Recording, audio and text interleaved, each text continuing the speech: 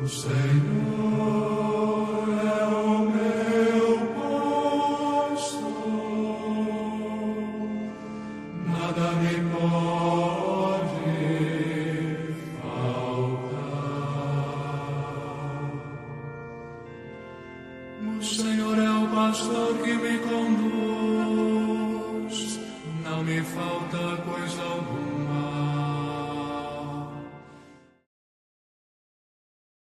Le message de Fatima, nous le pourrions résumer peut-être comme tout simplement un appel à la prière pour nos frères, pour le monde, pour les âmes, et conséquemment à la conversion, au retour au sacrifice, aux pénitences, pas comme sacrifice de pénitence tourné pour nous-mêmes, mais toujours ouvert à l'autre, pour ceux qui ont besoin, pour ceux qui nécessitent de nos prières, de nos sacrifices.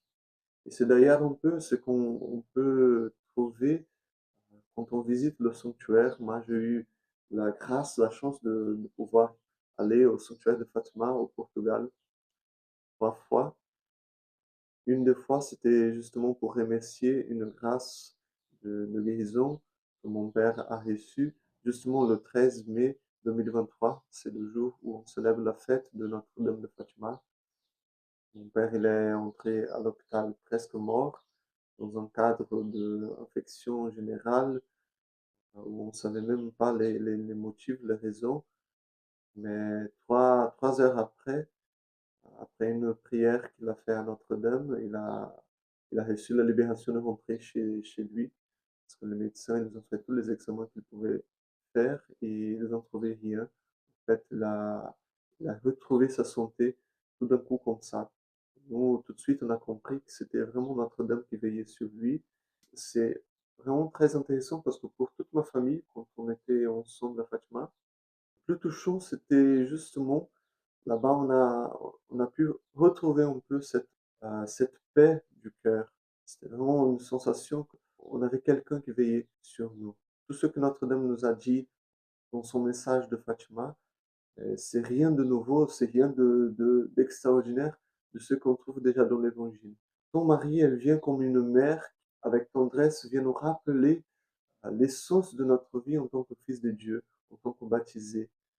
Et c'est justement cette expérience qu'on a au sanctuaire de Fatima, notamment, on se promène dans la petite forêt là, le chemin de croix qu'on peut trouver proche du sanctuaire. Quand on marche vers la Loca do Cabeço ou Valinhos, c'est deux endroits où, un des endroits où que les bergers ont reçu les apparitions, soit de Notre-Dame, soit de l'ange. On peut se trouver vraiment dans l'ambiance à peu près que les bergers se trouvaient à l'époque, dans une simplicité, dans un calme, dans le silence.